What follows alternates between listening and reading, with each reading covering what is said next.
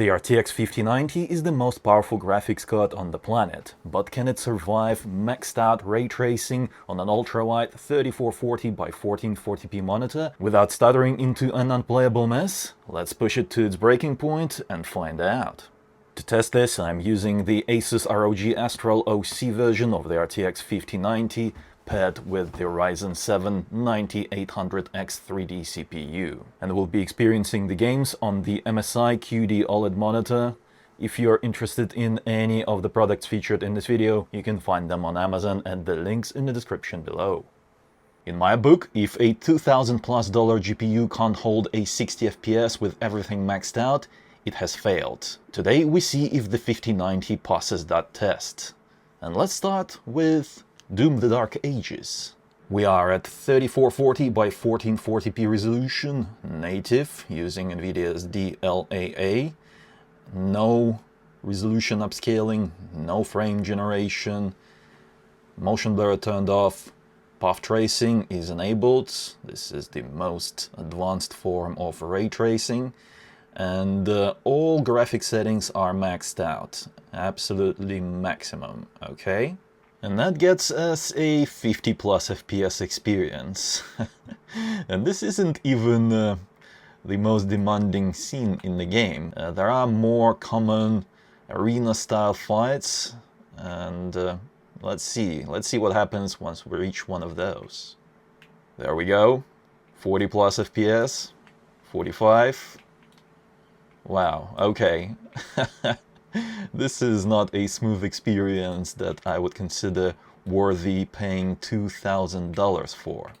I guess let's see if we can improve that with DLSS resolution upscaling. Let's set it quality mode and see what happens.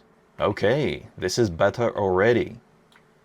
Not fantastic, but at least it's holding 60+ FPS consistently. Actually, 70+, so that's nice. Even 90+ in some less demanding areas.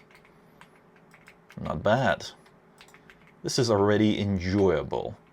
And to be fair, DLSS quality mode on this monitor, 34 inches, it looks very close to native resolution, but still, $2,000+ for the GPU, and we can't play games at native resolution anymore.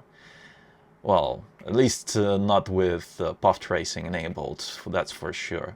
And this is a 175Hz monitor. Let's see if we can saturate this refresh rate by introducing frame generation into the mix. Let's do the 2x mode. Not quite.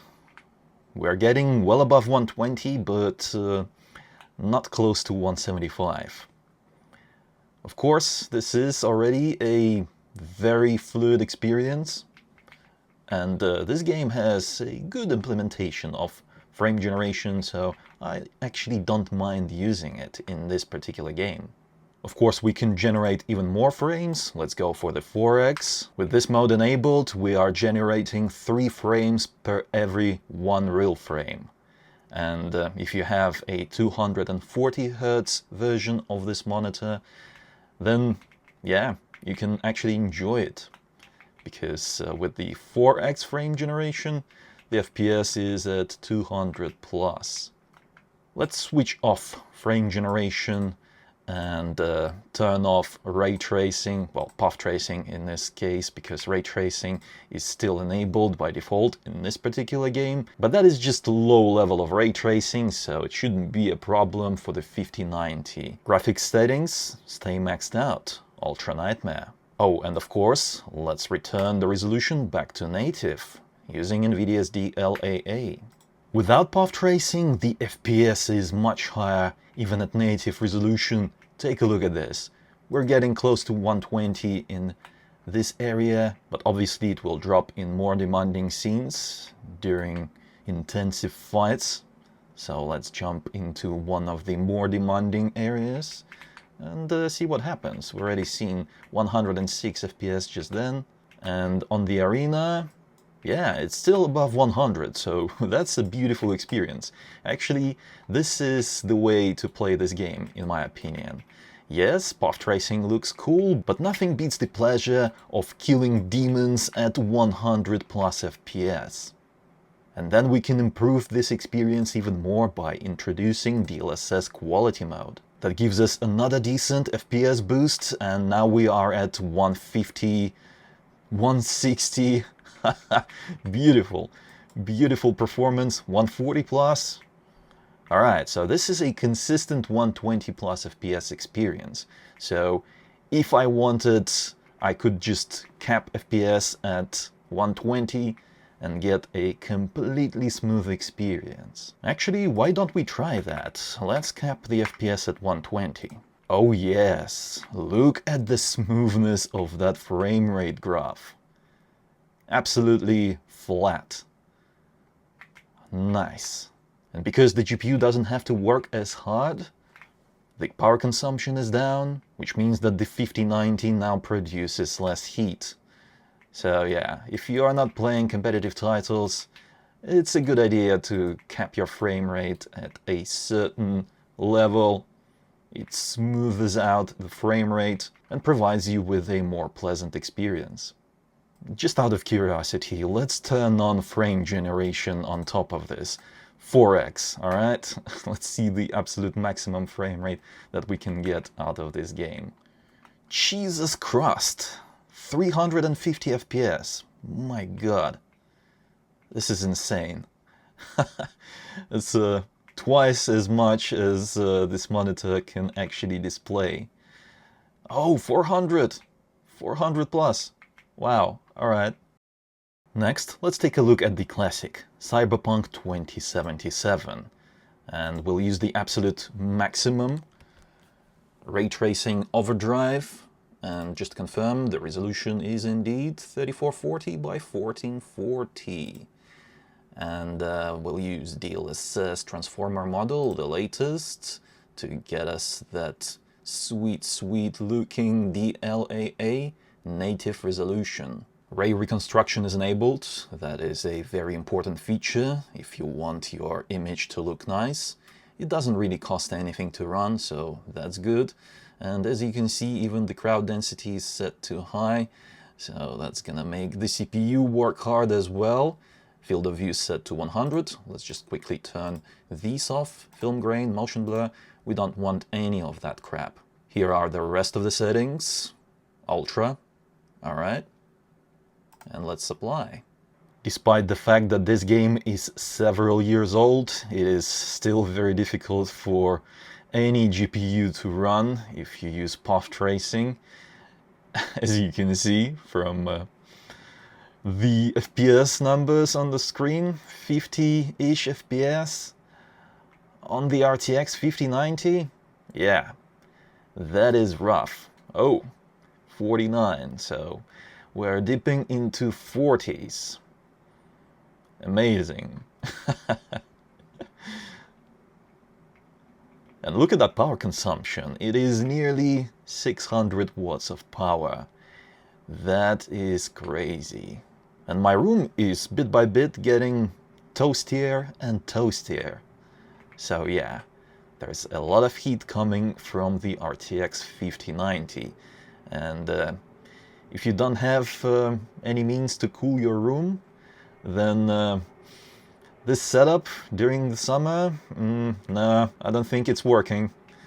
You're gonna be sweating, you're gonna be just roasting alive inside of your room. That said, my room has a very small window and it's not a big one, so there's that. Keep that in mind. If you are in a bigger room, then your experience may be different, but mine is quite sweaty. Let's turn on DLSS Quality mode and see if that will get us across that 60 FPS mark. That is huge! Take a look at that, we're now getting close to 90 FPS. So from a poor experience, this took us to a whole next level. High FPS, nice fluid image, yeah. DLSS is working miracles over here, and that's why pretty much every game nowadays pushes you towards using it. None of these games are built with, playing them at native resolution anymore. As I said many times, I don't actually mind using DLSS Quality mode on this monitor. It looks nice enough, provides a pretty big FPS boost, which is huge. Obviously, it would have been better if we could just get this frame rate at native resolution, because then the image quality would have been even nicer. All of the finer details would have been more sharp, more detailed. But this is still a phenomenal experience. Let me just turn off that overlay for just a moment to, just take in this image. Yeah, the night city looks realistic. Path tracing is making a huge difference when you're just walking the streets, enjoying the ambiance of the night city. The murders, the whatever this is. Oh, local street food. Nice. Look at that. Hot dogs, smash burgers. Sweet. Anyway, in this game we don't actually have to stick to using path tracing. It has just normal ray tracing, so let's go ahead and select Ray Tracing Ultra preset and set DLSS back to DLAA, which means that we are back at native resolution. And let's not forget about ray reconstruction, that is enabled too. Even without path tracing, the game looks very nice indeed. Normal ray tracing provides us with a nice picture as well, although it is not as realistic. But the performance, take a look at that. At native resolution, we're getting well above 60 FPS. So that's pretty good. This game is already enjoyable. So there's that. And we still get ray traced lighting, shadows, reflections. Reflections is the main part that I like about ray tracing, because without proper ray traced reflections, the game just doesn't look good at all. I mean, the old school screen space reflections, they just don't look right to me after having experienced ray-traced reflections. This is just the next level. Let's see what happens if we enable DLSS Quality mode. That actually gets us across the 100 FPS mark. 110 in certain scenes, and 90 plus in other scenes. Oh! I didn't notice, but take a look at that. The GPU load is actually at 80, 70 plus %, which means that we are actually CPU limited, which actually makes sense. Yes, I forget that once you turn up that crowd density, even the fastest CPU, the 9800X3D, can't handle it. Ah, okay, I see. So we're actually getting bottlenecked by our CPU. And we can alleviate that by lowering the crowd density a little bit. Let's lower it to medium, alright? And just like that, we're getting 120 plus FPS in some scenes, and oh, GPU load is dropping once more. So yeah, the CPU is the bottleneck in this case. Let's just real quick change that crowd density to the lowest setting and see if we can get above 120 FPS on this setup, alright? Nah, it doesn't look like that's happening because, yeah. The CPU just can't handle 120 plus FPS consistently in this game. So we really need a faster CPU. I hope that both Intel and AMD are working hard to make sure that we get those CPUs sooner. Because, yeah, I think we're ready for them. Especially if you have the RTX 5090, yeah? Then you're definitely ready for a faster CPU. Some of these games are extremely CPU demanding. Assassin's Creed Shadows is a relatively fresh game that features impressive ray tracing effects. Let's take a look at the settings. 3440 by 1440p. No frame generation, no resolution upscaling, it's just native resolution, okay? And as for the settings, ray tracing is turned on, maxed out graphics, okay? And we can actually manually increase the ray tracing quality, so let's go ahead and select that. It's a good start, but this FPS can be deceiving. Oh, there we go, 56 FPS just then. So yeah, this is not a consistent 60 plus FPS experience. Unfortunately, it is not. Not at native resolution, once again. You see, every game is just pushing us towards using resolution upscaling. Or frame generation. Personally, I always prefer using upscaling before I even consider enabling frame generation, because DLSS 4 upscaling, it looks good. But frame generation, it still lacks quality, I would say, because when you pan the camera, that frame generation is just like smooshing the image, especially if we're talking about finer details.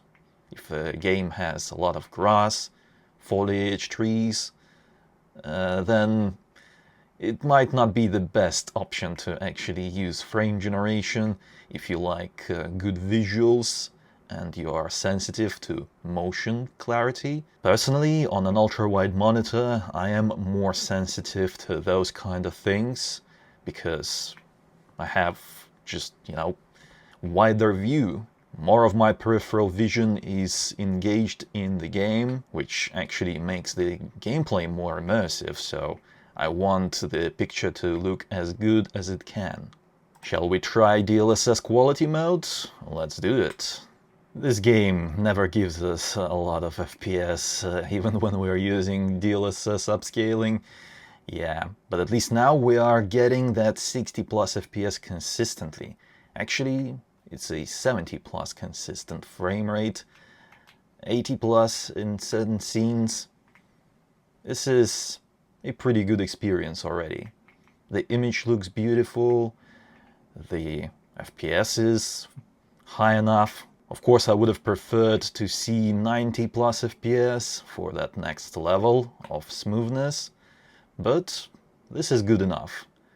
At least the visuals look good and the FPS is high enough to enjoy this game properly. Of course, we can slap some frame generation on top of that. Let's do that now, DLSS frame gen.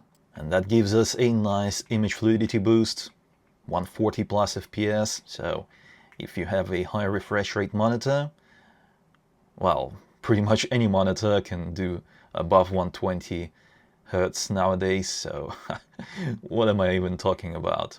But yeah, this is a fluid experience already. High refresh rate.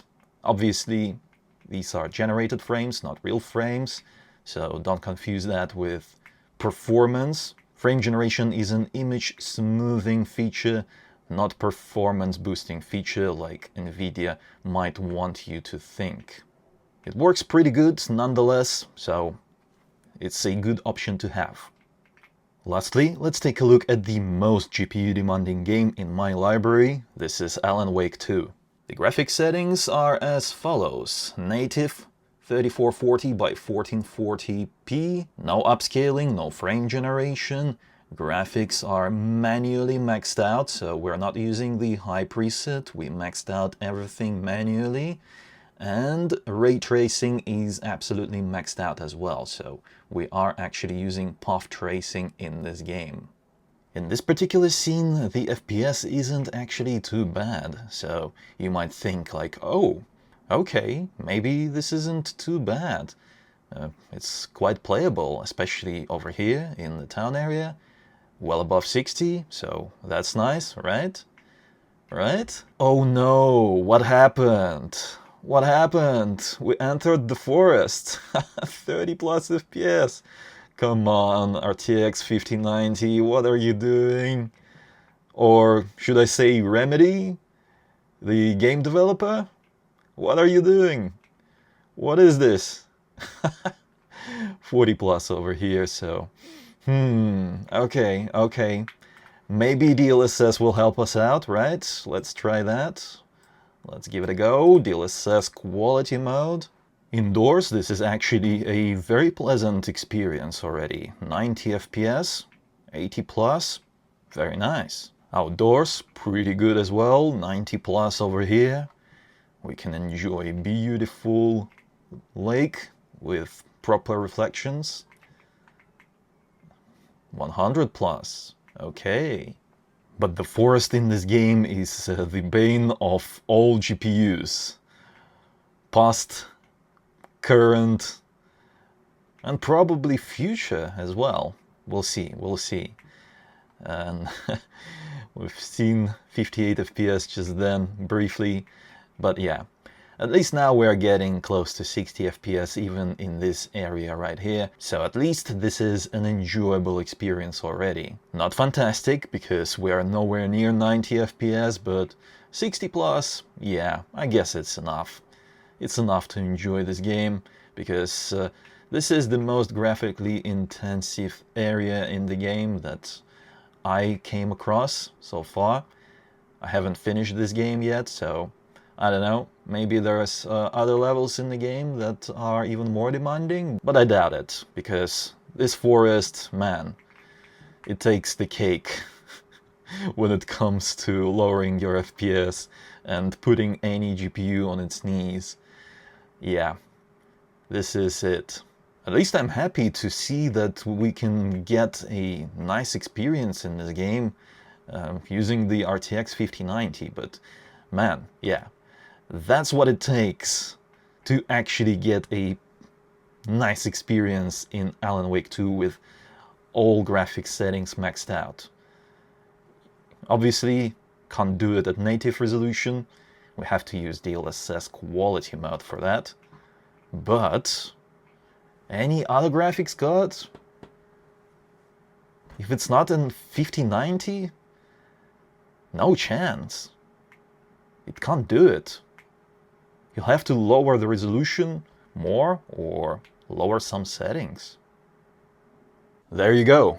Even the mighty RTX 5090 cannot run games maxed out at native 3440 by 1440p resolution. Every game that features ray tracing or path tracing requires you to use at least DLSS Quality mode to get across that 60 FPS mark. Using DLSS Quality doesn't look bad on this monitor, so for me, yeah, I guess it's a pretty pleasant experience, because there's no other graphics card that will allow you to experience this level of performance at this level of image fidelity with all graphics settings maxed out, alright?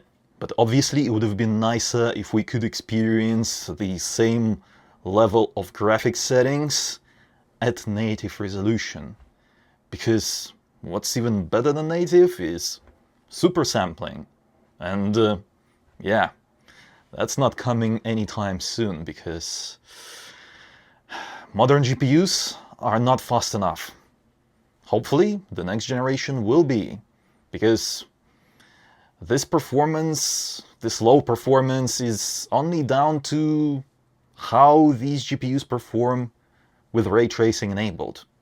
As you've seen, without ray tracing, the FPS is sky high. With ray tracing, low. So we definitely need faster ray tracing performance on the next generation of graphics cards.